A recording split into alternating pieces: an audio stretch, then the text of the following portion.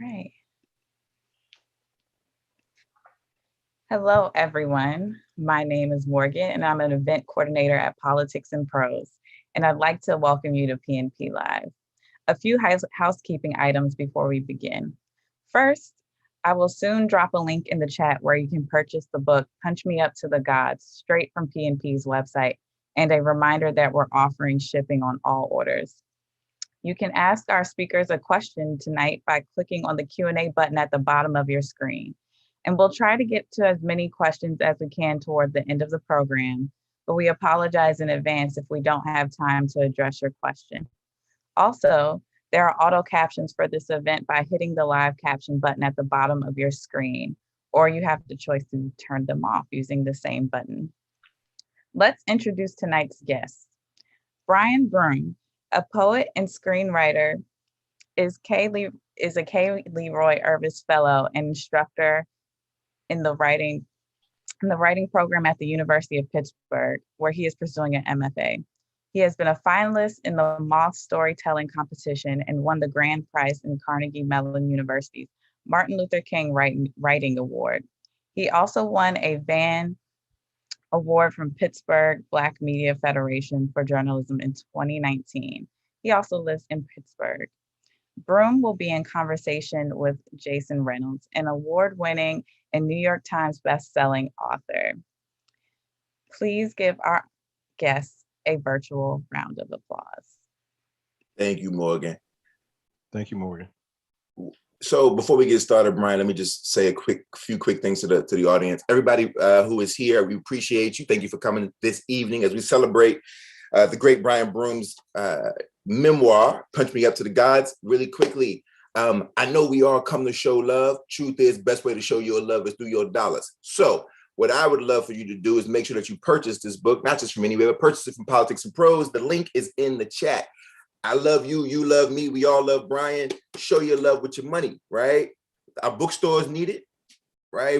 This is double duty, two birds, right? Our bookstores need it, and of course, the person who wrote this beautiful work. The only way that we as Black writers specifically continue to make work in this industry is for our books to actually be bought. That's the way this goes, right? I try not to sugarcoat it. I don't want to romanticize it. I don't want to keep it sexy with you. I want to keep it funky with you, and that is what we have to do. That being said, brother, thank you for the work.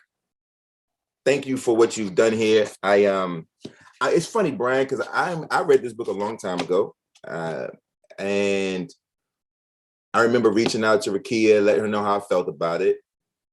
We'll see if I'm going to be able to get through this thing without getting emotional. There are things about what you have done here that I think are so valuable and so necessary. And we're just going to see how it goes. To get it started, though, I asked you before we came on, please, man, if you would just bless us with a few pages, or just to give us a sense of what it is that these audience members are going to be into and what they're getting themselves into when they all purchase your book, as they're doing right now. Well, thank you very much. It just so happens that I happen to have a copy of the book right here by complete accident. So what I'm going to read is from the very beginning of the book. There's a story that takes place in the book, but these are the first words that you hear out of my mouth in the book. I'm standing at a bus stop in McKeesport, Pennsylvania, on the black end of town. It's a hot but overcast summer day. To my left is a young man mesmerized by his cell phone. He laughs out loud periodically while staring into its depths. Then his thumbs fly like hummingbird wings over the keyboard. He is dressed like all the other young men around here in the newest iteration of distressed jeans with stark white tennis shoes and a shirt with a sports logo emblazoned across the front.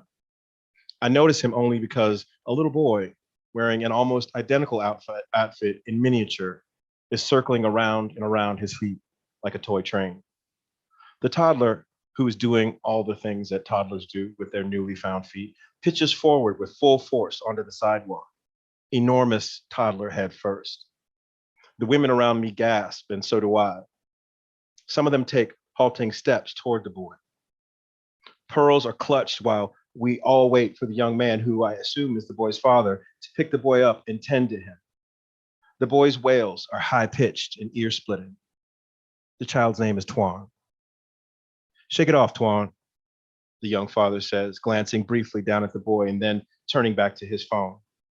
Tuan sits down on the sidewalk, only to howl more loudly. The women around me shift their eyes from the child to the father and back again. Their worried looks are digging deep creases between their brows. They exchange disapproving glances with one another. The boy's screams are now rattling his voice box, and his mouth is open so wide that his little face appears to be tearing itself apart. As I watch the young boy sitting on the sidewalk, I try to remember what real crying feels like. I can't. I can only remember the tactics I employed to try to suppress it. Tuan's father picks the boy up off the ground and places him on the bus stop bench before turning back to the flickering lights inside his phone. Tuan has no interest in shaking it off. "Be a man, Tuan," the boy's father says out of the corner of his mouth, eyes steady on the phone. Tuan has no interest in being a man, and his screaming continues. Tuan's father kneels down, grips the boy by the shoulders, and looks him straight in the eyes. "Stop crying. Be a man, Tuan." When I was a boy, I used to sit on the back steps of our house after an ass whooping, because afterward, I was always commanded not to leave our yard. My father would wander out after a long while with his head down, in the same hands he'd just used to whoop my ass shoved deeply into his pockets. Instead of letting the screen door slam as he usually did, he would close it carefully. He knew he had let his temper get the best of him, and so he would come out weighed down by a remorse he was unable to express with words. He'd just sit down next to me and quietly look off into the distance. He'd fish a Winston out of his pocket and place one between his lips, use both hands on his lighter to light it and exhale a thick cloud of ivory smoke. For a little while, he and I would share a silence that was occasionally broken by my hiccuping sobs and sharp intakes of air. Sometimes he would come out bearing gifts, a popsicle or a candy bar that he'd hand me wordlessly while still looking out onto the backyard. And we'd sit there until he couldn't take listening to my sopping wet whimpering any longer. And he'd command me suddenly, as if he'd just woken up out of a dream. "Stop crying. You didn't cry enough. Stop crying right now." I would stop immediately.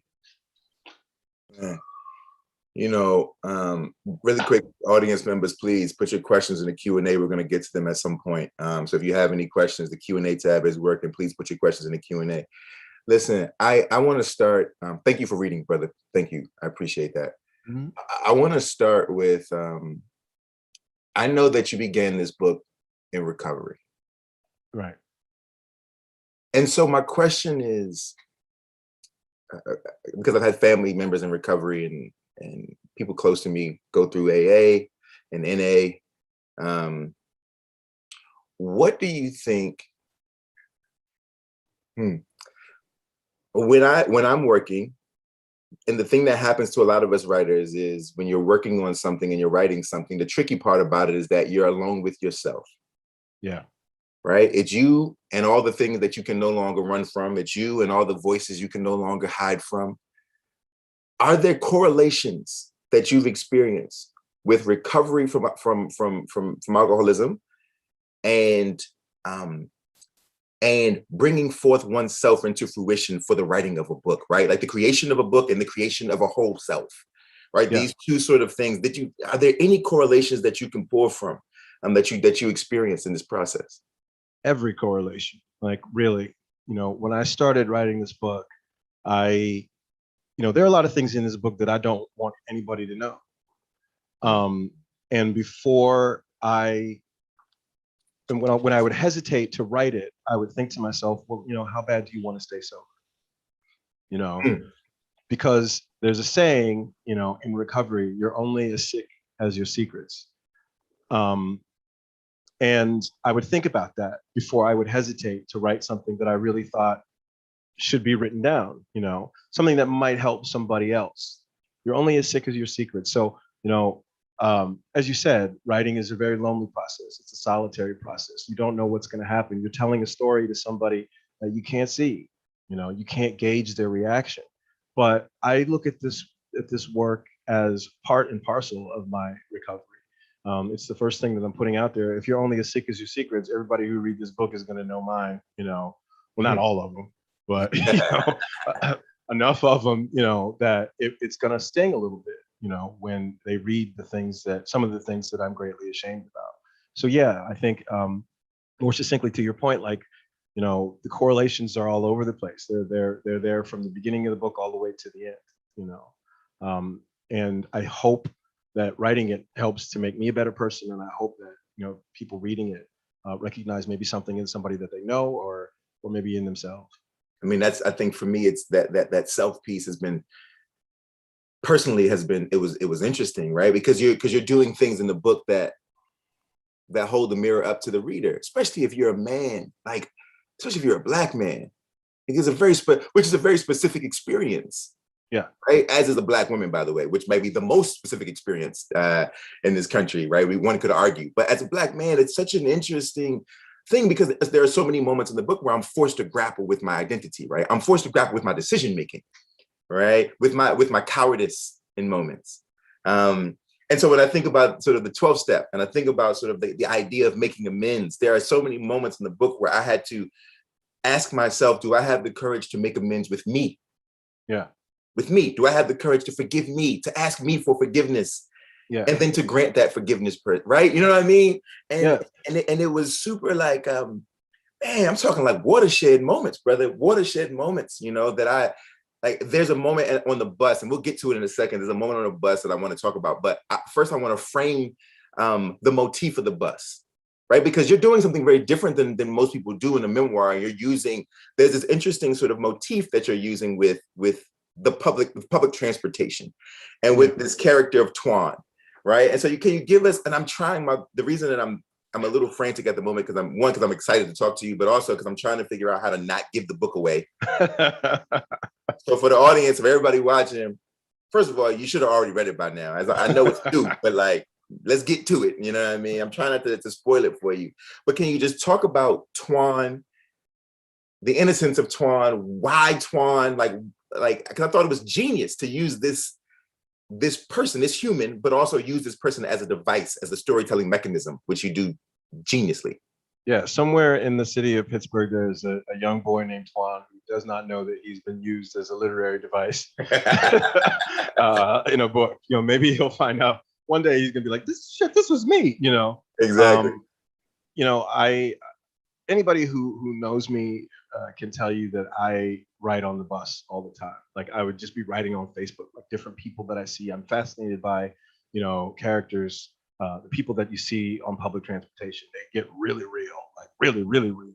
And I'm fascinated by those. And so I'm constantly looking like a lunatic, on public transportation, taking notes and writing about people and characters and eavesdropping on people's conversations. And, in the later stages of the book, I think it was, I was standing at the bus stop and I saw, what I just read. And I immediately was like, I want to sit near them, like when I get on the bus. That little boy was me. That little boy was you. That little boy was, my cousin Vince. That little, there was so much that I saw happening in that moment, like this pedagogical moment where a father was teaching his son, what not to do. These are all the things that you cannot do. And I thought, damn, being, first of all, being a man is limiting in certain ways, emotionally and spiritually, right? But being a Black man, it seems to be, even more so. Like this yoke of masculinity and all the things that we cannot do and all the things we cannot express and all these things that we shove down. I saw this little boy as, symbolic of all that. There was a point where he just sort of became me, and I watched, their interactions, and I wrote about it. Once again, not to give too much away. You should have read the book by now. You should. But yeah, he definitely he needed to be there. I thank God that I had that experience because that boy needed to be in this book in order to tell my story. Yeah, I think we have conversations around masculinity, or we're trying to be better at having conversations around particular brands of masculinity. I think sometimes we have reductive conversations around masculinity. And I think what you've done here is create a complex, nuanced, intersectional idea around like how complicated Black masculinity is, how there's so much weight to our decision making. There's weight to the way that we treat each other. There's weight to everything, right? I think about, it's funny, 2 or 3 years ago, we were having I was having a similar conversation with a bunch of my women friends, and they were like, yo, like, let's talk about like masculinity, and they were using the term toxic. I don't know, for some reason, toxic masculinity feels, I don't know. I don't think it gets at what it is, but for lack of better terms, we'll use toxic masculinity. And they were asking me about it. And I was saying how I think it's terrible, but I also know that there's context that's often left out of the conversation. Historical context, racial and socioeconomic context, right? Like if my grandfather in the 1920s is seen as vulnerable, then the white man he works for can put his family in danger, in jeopardy. Right. Right?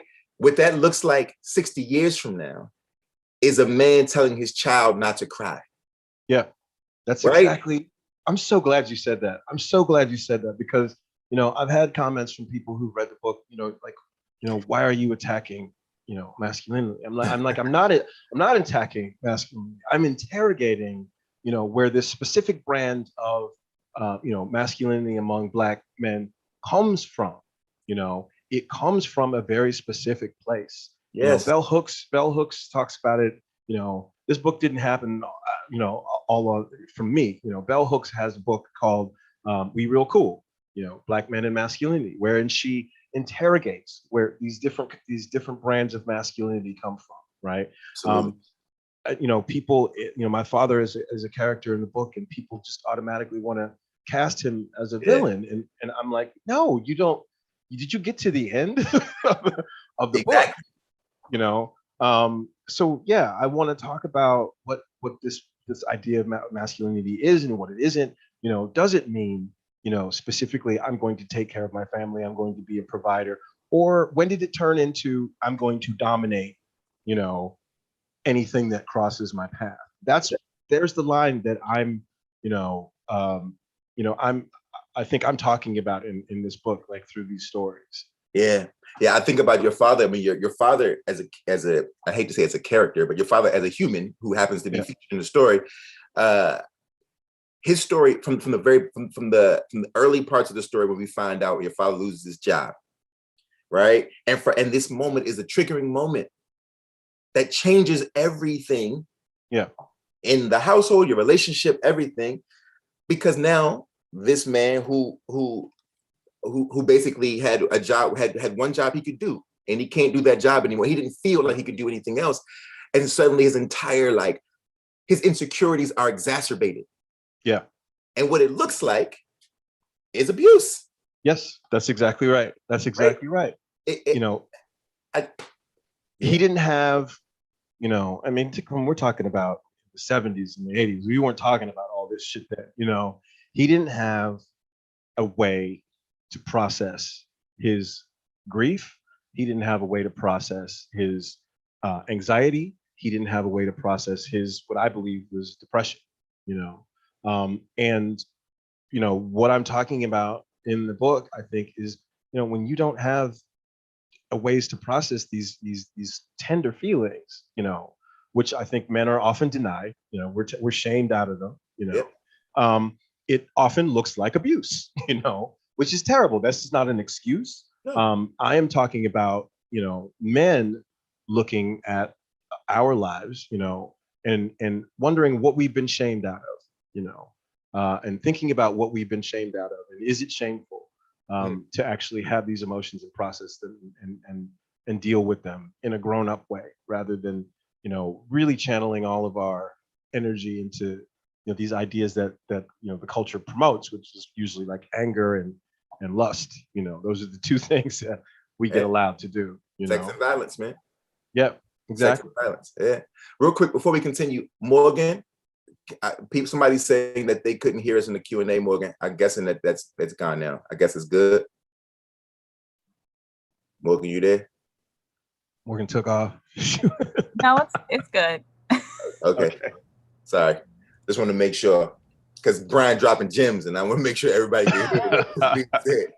And let's switch gears for just a second and talk about structure. Now, so like I want to tell you, Brian, before we start this conversation, that I'm like super nerd, right? So okay, like, I'm ready for you. This is my jam. So I'm not. I was like, I'm ready for you.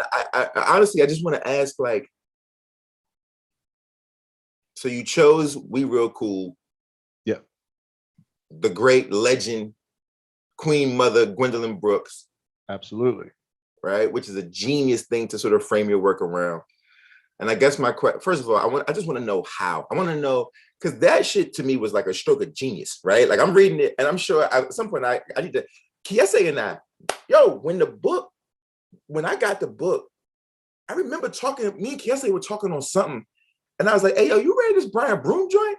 And he like, "Yo, Brian getting busy." Like, and look, over the last 2 years, there's been 2 people who have, Robert Jones, where we've been like, "Yo, like, you seeing what's happening? Like, black men getting busy out here. Are you seeing what's going on?"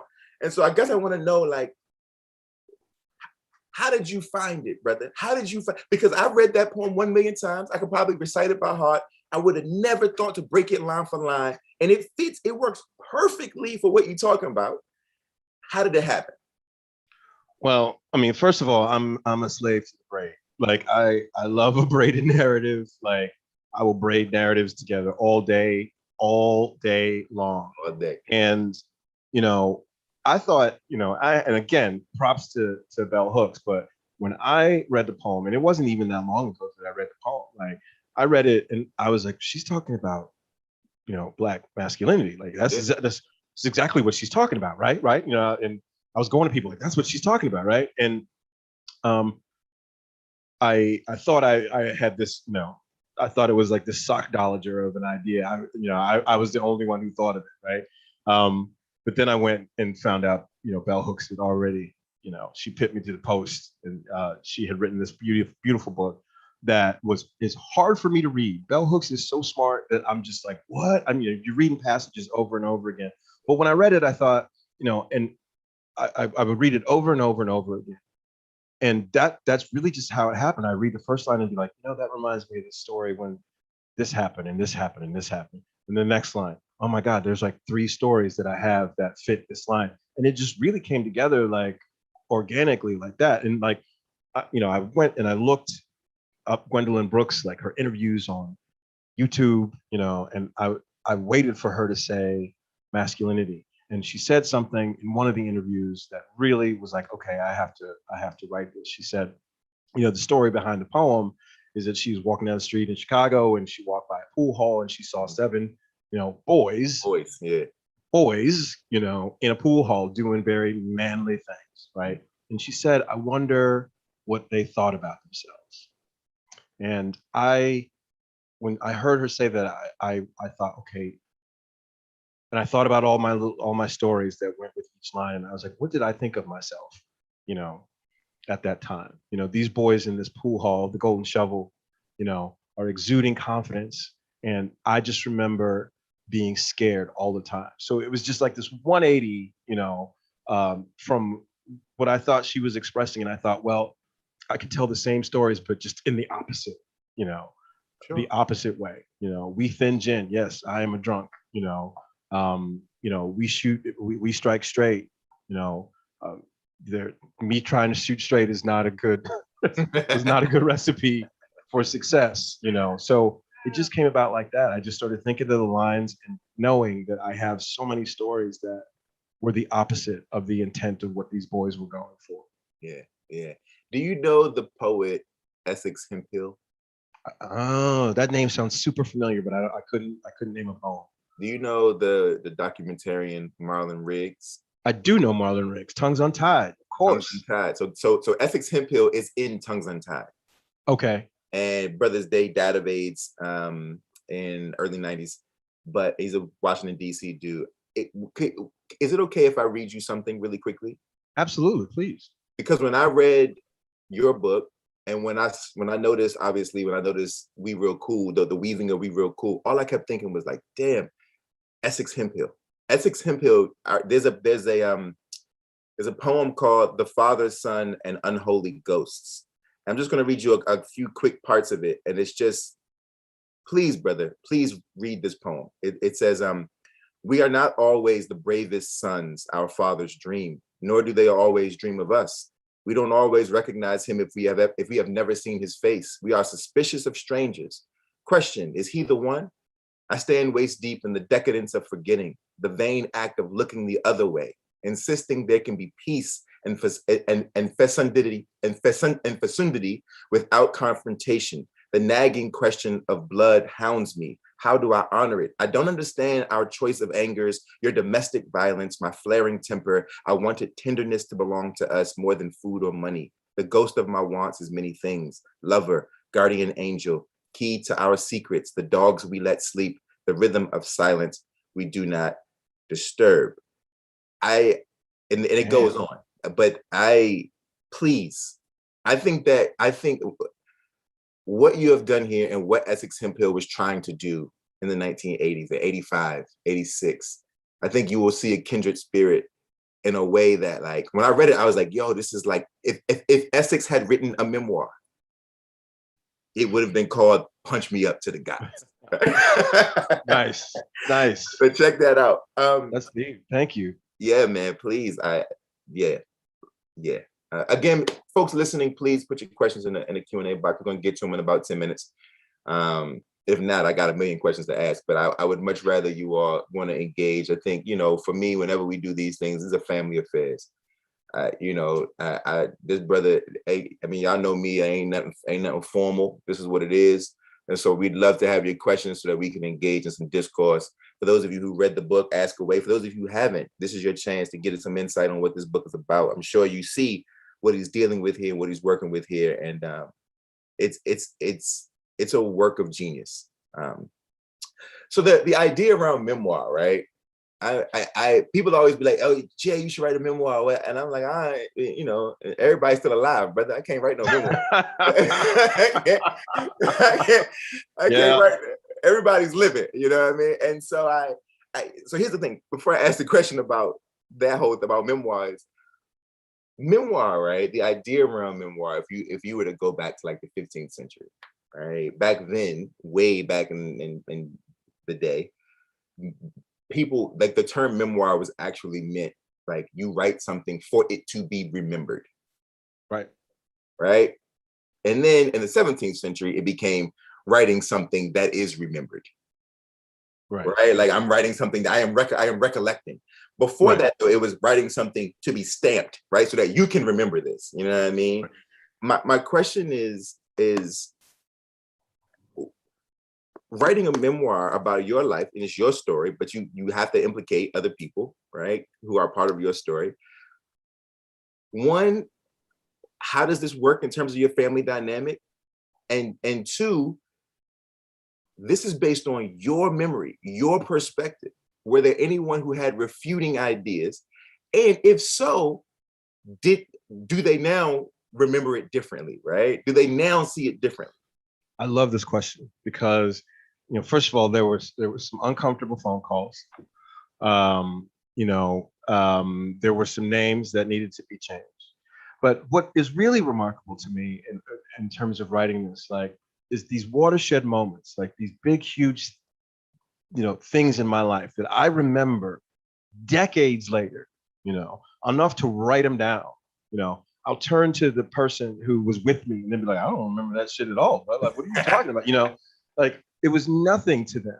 I remember being there. I remember this, this happened, but I didn't know you had this big epiphany, like, at the time, something that will last with that, your whole life, So, that kind of comforts me a little bit. Like, there was this moment that happened and it was just for me, Now, as far as the people involved, I went to my mother pretty much immediately.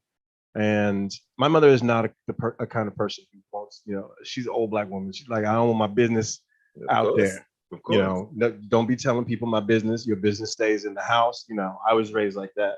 And so when I talked to her about doing this, you know, I said, look, I want to interview you about, you know, just your life, and ask you some questions. Like, I was shocked that she was like, oh, okay, you know. And she said something really beautiful. She said, it's all melted snow now.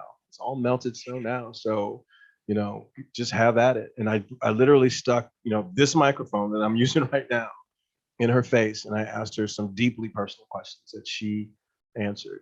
And then, you know, it was just kind of like a little talk, you know, she would say yes or no, or, you know, she's not a forthcoming woman, you know. And then in the chapter that, you know, we go in more into my mother's story, I tried to extrapolate, you know, how she might have felt, you know, having these things going on in her life.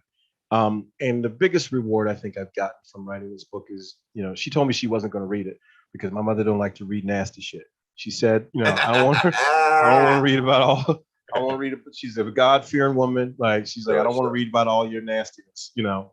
And I was like, okay, so whatever. I'll send you a book. You can put it on the shelf. Tell everybody your son wrote a book. And she got it. And a few days later, she texted back. She texted me and said, you know, I read the book. You know, I loved it. She also told me that, you know, I got a couple of details wrong. You know, she wanted, a couple of details wrong. But she loved it. And that was really pretty much all I needed. You know, after that, I was like, I don't care what anybody else has to say. But you do have to care what other people have to say.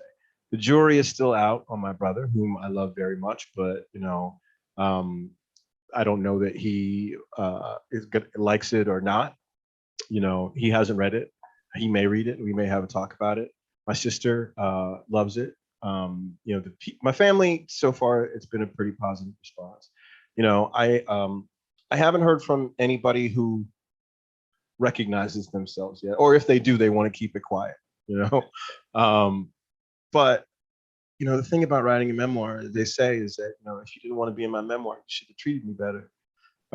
If you didn't want me to write about you, you should have treated me better. You know, it may in fact damage some relationships, but you know, you kind of take a risk, you know, when you but most of the people I think are in the book are, you know, I've either completely lost contact with, or, you know, haven't thought about in yonks, you know.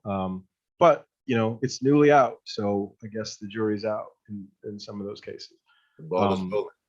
Yeah, exactly. You know, the woman that I wrote about with the thunderstorm, you know, in We Strike Straight, she and I are still very, very good friends. And I'm gonna get to it. Give me I'm coming there. Just give me 1 second.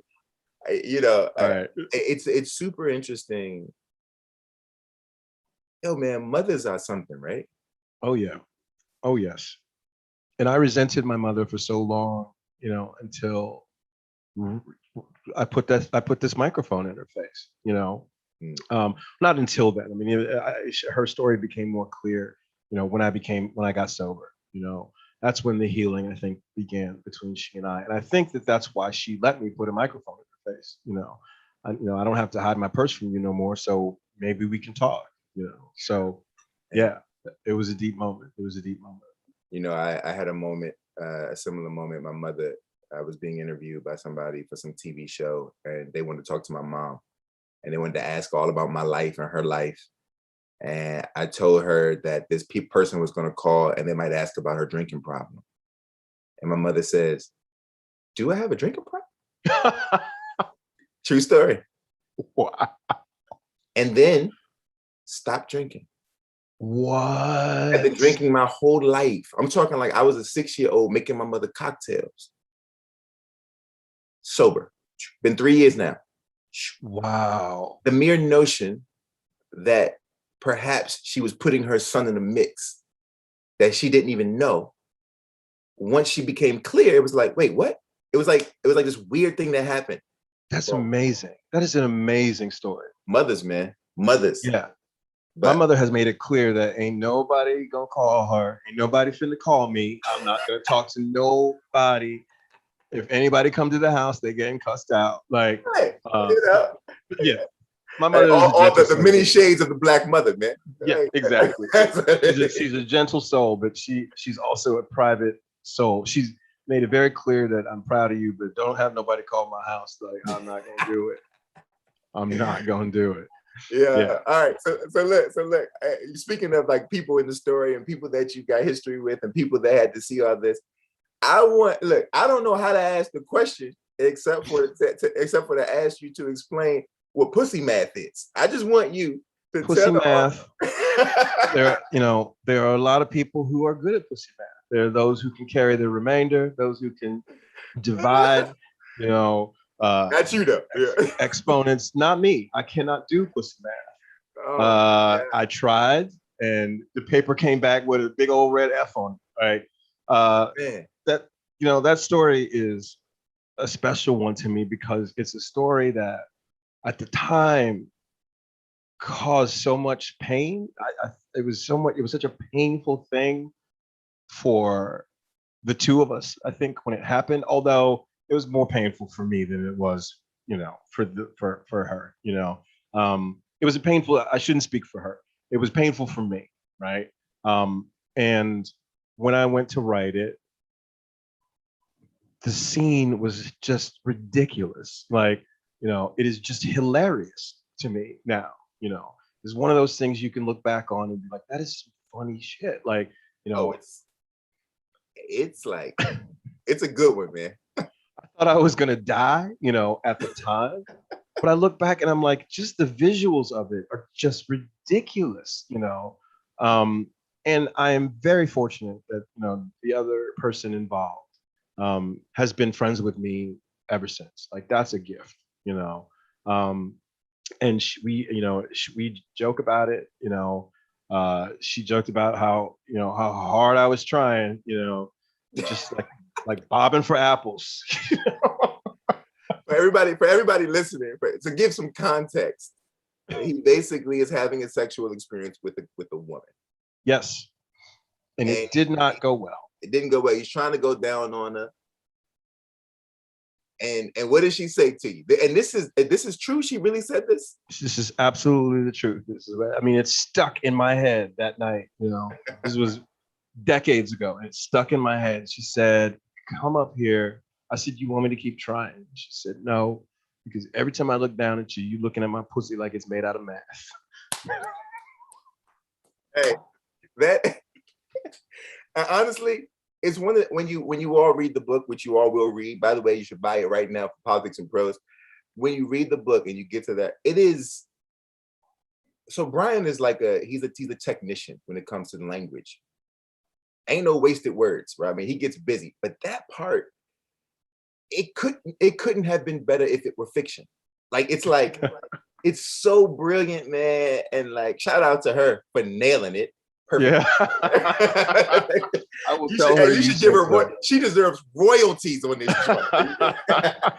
It's so funny. She said the same thing. That is brilliant. I can't wait. I got a little brother. He's 19, and I just want to talk to him and be like, "Hey, listen, don't be down there looking at it like it's mad. Yeah. You're not down there to prove yourself. That's not the goal. This ain't calculus. This ain't algebra."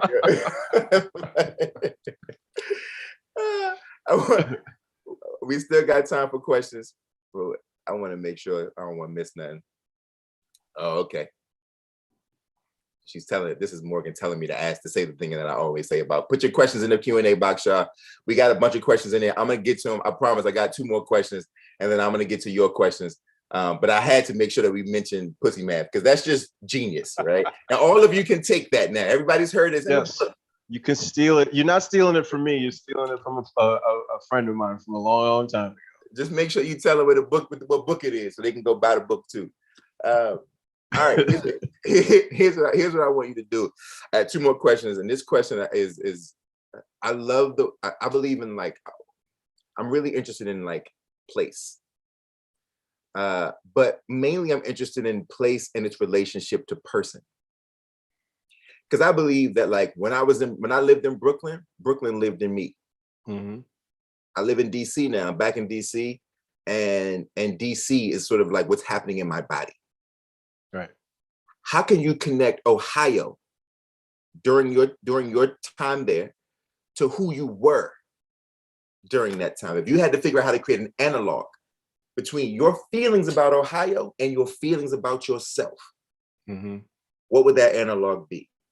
You know, people always accuse me of being too hard on Ohio, but I don't care. You know, you hate the place. Oftentimes, you hate the place where you grew up if you had a bad experience there. You know, Ohio is, you know, how I grew up in Ohio, rurally, working class to poor, poor to working class.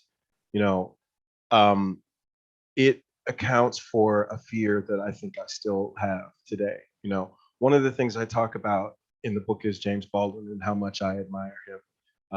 You know, not only as a writer, but just as a person, because he seemed to be fearless, you know, absolutely fearless. And when I think about Ohio, I think about fear. You know, I would watch James Baldwin and be like, how could this man, you know, I know has at least two things in common with me, you know, maybe three, you know, poor, Black, gay, you know, how can he be so fearless and so confident when I am so frightened and timid all the time? I think that frightened and timid and that shame, you know, I connect all of that to Ohio. If that's it, if that answers your question at all, like Ohio taught me that, you know, I wasn't worthy. I always say Ohio is just sort of geographically located in the wrong place. It should be in the deep south. You know, it's not a, you know, it's not a great feeling to think about the time that I spent there. But at the same time, you know, it's a love-hate relationship because a lot of the people that I love are still there. You know, and going back is a joy now because I don't have to stay. So place, you know, I think about soot, I think about dirt, I think about, you know, a backyard. I think about, you know, it's this mix of like just beautiful and ugly things, you know, when I think about Ohio. And I will end up writing about it again. I mean, come on, who am I kidding? You know, it's a love-hate relationship. Of course, man, of course. I think, you know, it's interesting because it's even the things that we have a hard time with. You know, there is no Brian Broome without Ohio. Nope. There's no Punch Me Up to the Gods without Ohio. Right. Exactly. And there's no LeBron James. Most importantly,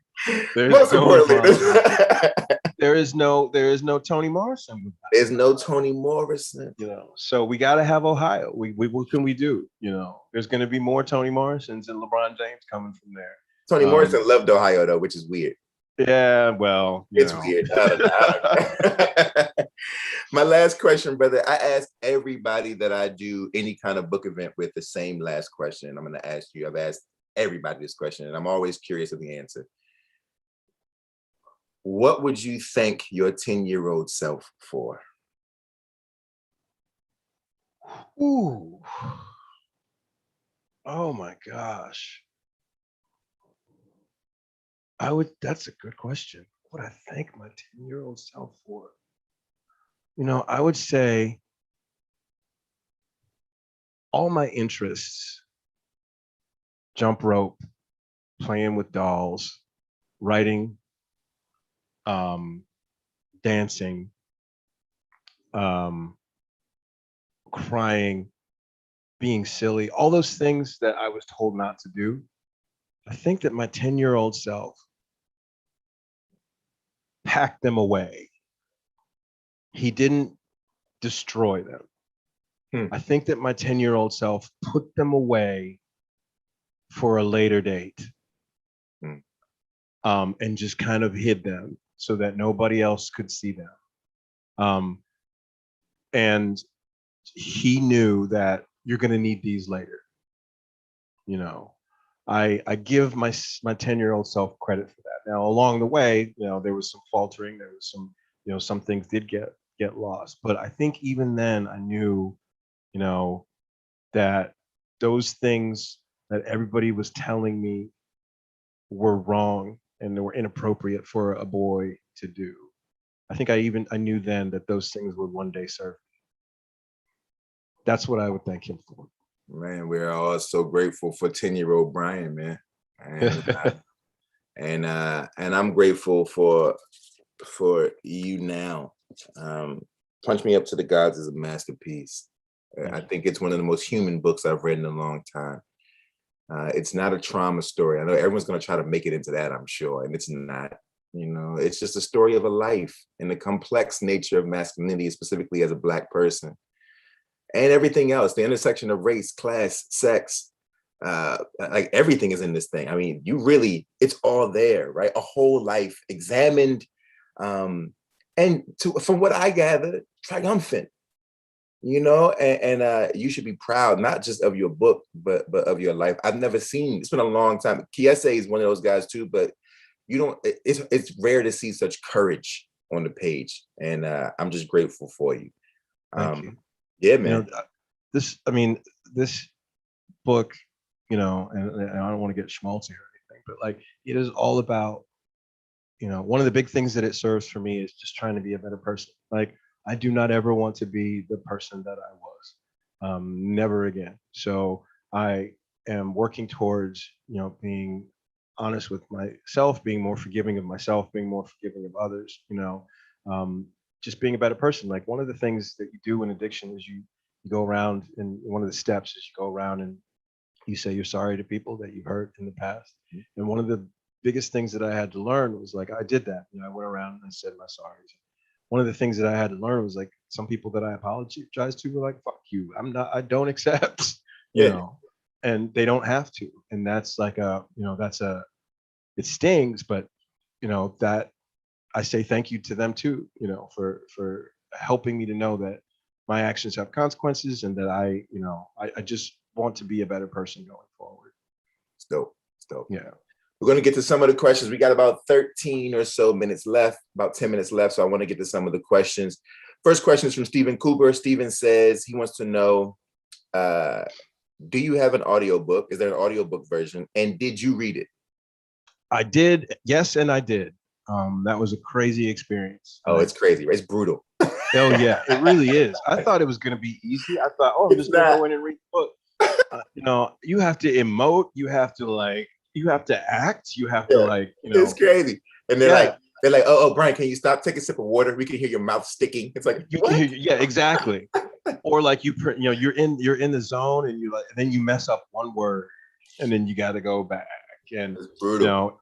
It was fun. It was great fun to do. I had a wonderful sound technician. I had a wonderful director.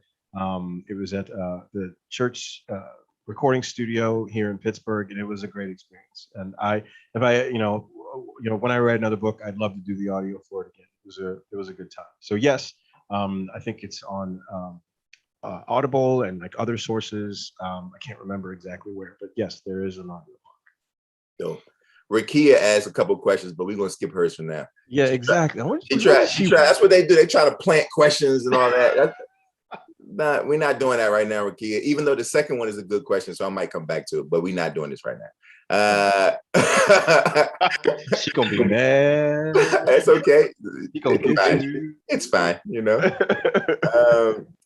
So Reginald Bailey says, who was the person outside your family that you were most nervous about including in the memoir?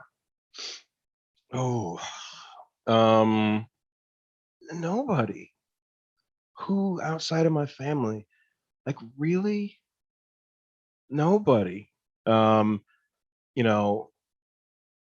Those people, I mean, I guess they'll read the book and they may have their own recollections, or they may think I left something out, but like, some of them, the names have changed, some of them have died. But there wasn't anybody that I especially was nervous about putting, into the book, other than, members of my immediate family. Because, I told the truth. People say my truth, but I remember these things. I did some background checking and talking to people. So there wasn't really anybody that I was quaking in my boots about including in the book. Cool.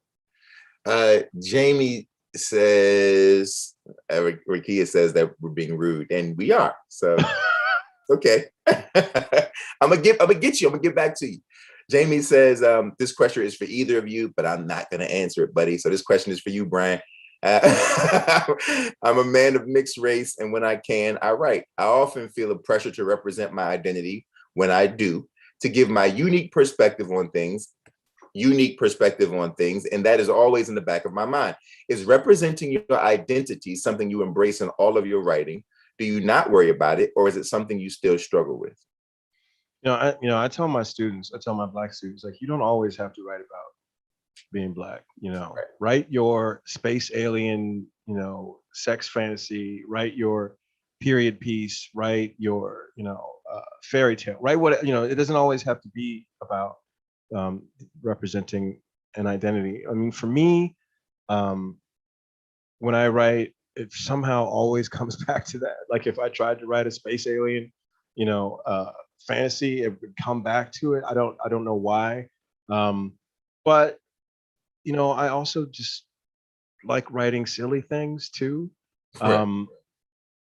But I encourage, writers of color, to write about just anything you want to. It doesn't always have to be about this thing that people think you're supposed to write about, Octavia Butler, who wrote science fiction books, was constantly, I mean, these books were about aliens and people were constantly asking her about race, and she would be saying, no, this is about, a thing with 5 eyes. There's nothing to do with race here. So, if you want to, if it moves you to write about, your unique experience as a biracial man, then write about it. But if it moves you to write about, whatever else, just do it. Or and it doesn't have to be one or the other. You can do both.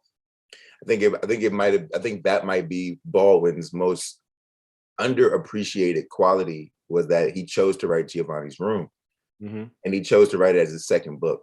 So we're talking about it at a time when Black people were supposed to be relegated to just writing about Blackness.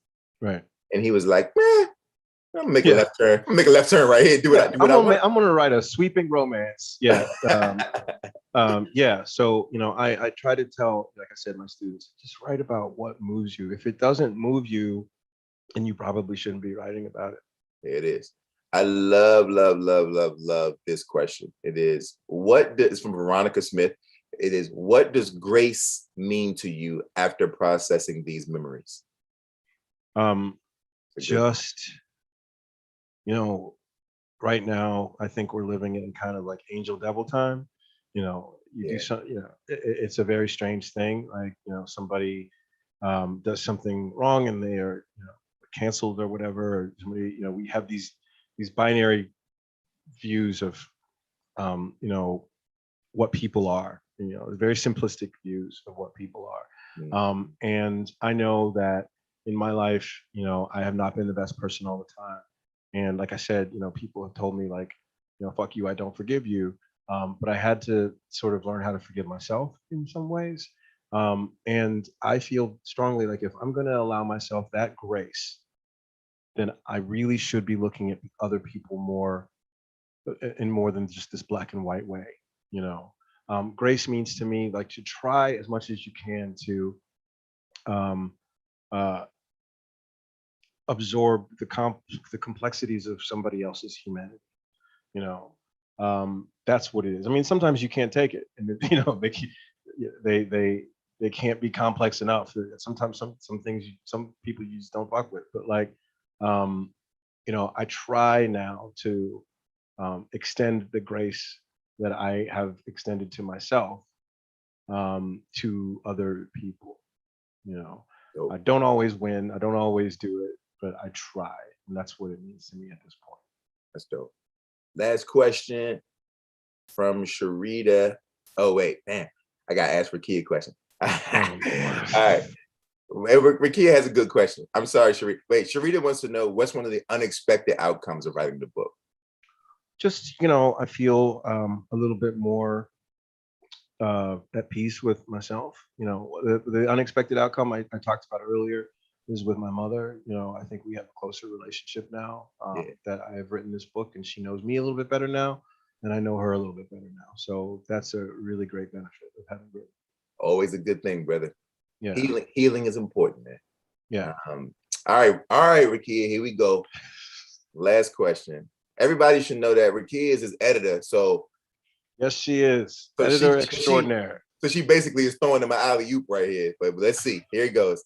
Brian, can you talk a little bit about the word limitless as the last word of the book?